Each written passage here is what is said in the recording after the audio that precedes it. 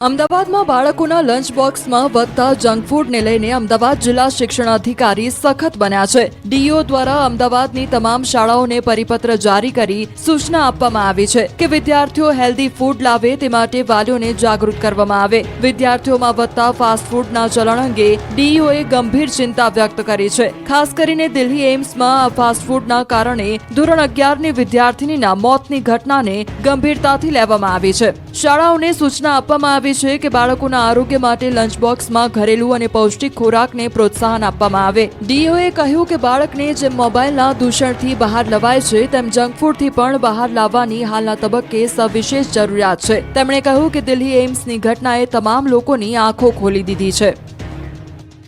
ચોમાસાની પૂરની સ્થિતિ ક્યારેક કુદરતી નહીં પરંતુ ભ્રષ્ટાચારનું પરિણામ પણ હોઈ શકે।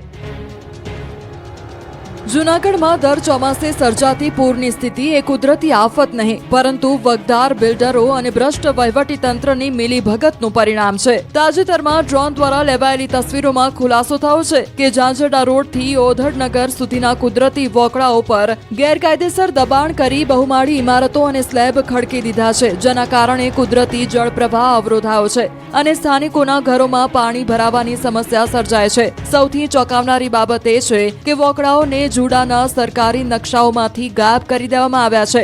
સ્થાનિક કોર્પોરેટર અને અગ્રણીઓનો આક્ષેપ છે કે અધિકારીઓએ અને બિલ્ડરોએ ભ્રષ્ટાચાર આચર્યો છે, જેના કારણે આ સ્થિતિ સર્જાઈ છે। તો બીજી તરફ આ મામલે શહેરી વિકાસ સત્તામંડળના અધિકારીએ લૂલો બચાવ કરી આ અંગે સંકલન કરી તપાસ કરવાની ખાતરી આપવામાં આવી છે। મહેસાણા નંદાસણ ગામની પસંદગી સ્પેશિયલ ડેવલપમેન્ટ પ્લાન અંતર્ગત કરાઈ। મહેસાણા જિલ્લાના નંદાસણ ગામની પસંદગી કેન્દ્ર સરકારના ગ્રામ પંચાયત સ્પેશિયલ ડેવલપમેન્ટ પ્લાન અંતર્ગત કરવામાં આવી। સમગ્ર ગુજરાતમાંથી માત્ર 2 ગામોની આ યોજના માટે પસંદગી થઈ છે, જેમાં આણંદના તારાપુર અને મહેસાણાના નંદાસણનો સમાવેશ થાય છે। સેપ્ટ યુનિવર્સિટીના સહયોગથી તૈયાર કરાયેલા 5 વર્ષના રોડમેપ તૈયાર કરવામાં આવશે, જેમાં નંદાસણને આધુનિક શાળાઓ, સ્કિલ ડેવલપમેન્ટ સેન્ટર અને સોલાર સુવિધાઓથી સજ્જ કરી એક મોડેલ વિલેજ બનાવવામાં આવશે। આ પ્રોજેક્ટનો મુખ્ય ઉદ્દેશ્ય શોપિંગ સેન્ટર અને ટાઉન હોલ જેવા માધ્યમો દ્વારા પંચાયતની પોતાની આવક ઊભી કરી તેને આત્મનિર્ભર બનાવવાનો છે, જે ભવિષ્યમાં અન્ય ગામો માટે પણ વિકાસનું ઉત્તમ ઉદાહરણ પૂરું પાડશે। અમદાવાદના સુભાષ બ્રિજની પ્રાથમિક ડિઝાઇન તૈયાર કરાઈ। અમદાવાદના સુભાષ બ્રિજની પ્રાથમિક ડિઝાઇન તૈયાર કરાઈ છે। આ નવા બ્રિજની 3D ડિઝાઇનમાં હયાત બ્રિજ અને નવા બ્રિજને જોડી 8 લેન રોડ બનાવવામાં આવનાર છે। સુભાષ બ્રિજ 2 લેયરમાં બનશે નવો બ્રિજ, ત્યારે 250 કરોડના ખર્ચે બનનાર આ નવા બ્રિજનું સોમવારે ટેન્ડર પ્રક્રિયા હાથ ધરાશે, જેમાં 2 ફેઝમાં આ બ્રિજની કામગીરી કરવામાં આવશે, જેમાં પ્રથમ ફેઝમાં હયાત બ્રિજને રિપેર કરવાનો રહેશે, જ્યારે બીજા ફેઝમાં નવો બ્રિજ બનાવવા કામગીરી કરવામાં આવનાર થશે। 52 વર્ષ જૂના સુભાષ બ્રિજને હવે નવું સ્વરૂપ મળશે। સુભાષ બ્રિજનું રિસ્ટોરેશન અને વિસ્તરણ કરાશે। બ્રિજની બંને બાજુ ₹250 કરોડના ખર્ચે નવા લેન બનશે। આ યોજના અંતર્ગત વર્તમાન બ્રિજની સલામતી, ભવિષ્યની ટ્રાફિક માંગ અને લાંબા ગાળાની ઉપયોગિતાને ધ્યાનમાં રાખીને 2 ફેઝમાં કામગીરી હાથ ધરાશે। સુભાષ બ્રિજ રાણીપ અને શાહીબાગ વિસ્તારને જોડતો એક મહત્વપૂર્ણ માર્ગ છે અને આ ટ્રાફિકને ધ્યાને રાખીને બ્રિજ તૈયાર કરાશે। હવે રાજુલાના ધારાસભ્ય હીરા સોલંકીનો રોમેન્ટિક અંદાજ જુઓ। રાજુલાના ધારાસભ્ય હીરા સોલંકીનો રોમેન્ટિક અંદાજ સામે આવ્યો છે।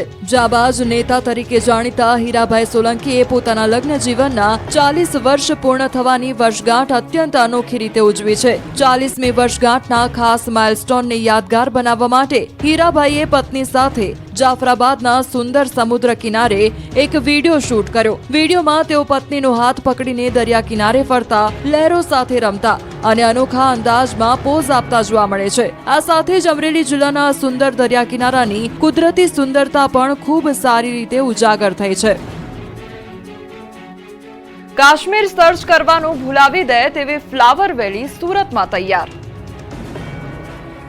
સુરતીઓને કાશ્મીર સર્ચ કરવાનું ભૂલાવી દે તેવી ફ્લાવર વેલી સુરતમાં જ તૈયાર થઈ ગઈ છે. સિટી લાઇટ વિસ્તારમાં ઊભો થતો આશીર્વાદ high street shopping centre garden in mall નહીં પરંતુ મોલ ઇન ગાર્ડનના અનોખા વિચાર સાથે શહેરની ઓળખ બદલી રહ્યું છે. અહીં 4 લાખ છોડનો નજારો જોઈને દુનિયા દંગ રહી જાય તેવી વ્યવસ્થા કરવામાં આવી છે. આ મોલની સૌથી મોટી ખાસિયત તેમાં નિર્મિત 6 પ્રકારના ગાર્ડન છે. આ 6 માળનું શોપિંગ સેન્ટર છે જેમાં 4 માળ શોપિંગ માટે અને 2 માળ ફૂડ અને મનોરંજન માટે ફાળવવામાં આવ્યા છે. Multiplex, food court, game zone અને કાફે જેવી સુવિધાઓની સાથે અહીં પ્રકૃતિને મુખ્ય સ્થાન આપવામાં આવ્યું છે. અહીં લોકો શોપિંગની સાથે ઓક્સિજન અને ગ્રીનરી માટે પણ આવશે. અહીં 6 વર્ષમાં 200 લોકોની મહેનતે સર્જાયો હરિયાળો મહેલ તૈયાર કર્યો છે જેમાં 100 માળીની ટીમ 4 લાખ છોડોની ખાસ સંભાળ રાખે છે. તો જાપાનથી મંગાવાયેલા રંગબેરંગી કેના ફૂલો મોલને નવી ઓળખ આપી રહ્યા છે. સ્ટેપ ગાર્ડનમાં 20 રંગોના ફૂલો વેલી ઓફ ફ્લાવર્સ સર્વોત્તમ આકર્ષણ પણ છે.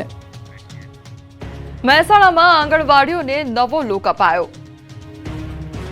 મહેસાણામાં બાળકોના પૂર્વ પ્રાથમિક શિક્ષણ અને સર્વાંગી વિકાસ માટે મનપાએ પ્રશંસનીય પહેલ કરી છે. મુખ્યમંત્રી શહેરી વિકાસ યોજના અંતર્ગત શહેરની 53 જેટલી આંગણવાડીઓને નવો લુક આપી સ્માર્ટ આંગણવાડીમાં રૂપાંતરિત કરવામાં આવી છે. આ આધુનિકીકરણને કારણે આંગણવાડીઓમાં આવતા નાના ભૂલકાઓના ચહેરા પર અનેરો ઉત્સાહ અને સ્મિત જોવા મળી રહ્યું છે. મનપાના કમિશનરના માર્ગદર્શન હેઠળ આ કામગીરી હાથ ધરવામાં આવી. આ પ્રોજેક્ટનો મુખ્ય ઉદ્દેશ સરકારી આંગણવાડીઓમાં ખાનગી શાળાઓ કરતા પણ વધુ સારું અને પ્રોત્સાહક વાતાવરણ પૂરું પાડવાનો છે. બિલ્ડિંગની દિવાલો પર જ શૈક્ષણિક આકારો, આકર્ષક રંગો અને ચિત્રો તૈયાર કરવામાં આવ્યા છે. તમામ કેન્દ્રોમાં વોટરપ્રૂફિંગ, નવા બારી બારણા, પીવાના શુદ્ધ પાણીની વ્યવસ્થા અને આધુનિક શૌચાલયોનું નિર્માણ કરવામાં આવ્યું છે.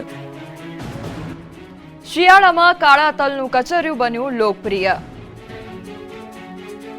શિયાળાની ઋતુમાં સ્વાસ્થ્યવર્ધક સુરેન્દ્રનગરનું કાળા તલનું કચરિયું ખૂબ જ લોકપ્રિય બન્યું છે. કાળા તલ, ગોળ, સૂંઠ અને સૂકા મેવા જેવા પૌષ્ટિક તત્વોથી ભરપૂર આ કચરિયું રોગપ્રતિકારક શક્તિ વધારે છે અને શરદી, કફ જેવા રોગો સામે રક્ષણ આપે છે. આ વર્ષે ભાવમાં વધારો આવવા છતાં તેની ગુણવત્તા અને સ્વાદને કારણે ગુજરાતના અન્ય શહેરો ઉપરાંત મુંબઈ, દિલ્હી, બેંગ્લોર અને વિદેશોમાં વસતા ગુજરાતીઓમાં પણ તેની ભારે માંગ જોવા મળી રહી છે. સુરેન્દ્રનગર અને વઢવાણના અંદાજે સૌથી વધુ વેપારીઓ દરરોજ 1000 કિલોથી વધુ તાજું કચેરિયું બનાવીને વેચાણ કરી રહ્યા છે, જેનાથી શિયાળાના 4 માસ દરમિયાન અંદાજે 500 થી વધુ પરિવારોને રોજગારી મળી રહે છે. કચેરિયાના ભાવમાં વધારો થયો હોવા છતાં ઝાલાવાડ વાસીઓ કચેરિયાનો સ્વાદ માણવાનું ચૂકતા નથી અને વિદેશમાં વસતા પોતાના સગા સંબંધીઓને પણ કચેરિયું મોકલાવે છે. અંબાજી મંદિરના આરસ પહાડના પથ્થરોને ફરી મળશે ચમક. શક્તિપીઠ અંબાજી મંદિરનું મહત્તમ નવું જીર્ણોદ્વાર 1975માં કરવાની શરૂઆત થઈ. આ મંદિર અંબાજીમાં નીકળતા માર્બલમાંથી જ બનેલું મંદિર છે, પણ લગભગ છેલ્લા 50 વર્ષથી સંગેમરમર ઉપર સમય સાથે ધૂળ, વરસાદ અને વાવાઝોડાની ડસથી મંદિરનો માર્બલ પીળો અને કાળા ડાઘવાળો થઈ ગયો છે. ત્યારે ઝાંખા પડેલા આરણ પહાડને ફરી ચમકાવવા માટે ખાસ અભિયાન હાથ ધરાયું છે. વડોદરાની ઇકો ફેસિલિટી મેનેજમેન્ટ કંપનીના ચેરપર્સન રાહુલ શર્મા દ્વારા અંદાજે 1 કરોડ રૂપિયાથી વધુના ખર્ચવાળી આ કામગીરી તદ્દન નિઃશુલ્ક કરી આપવામાં આવી રહી છે.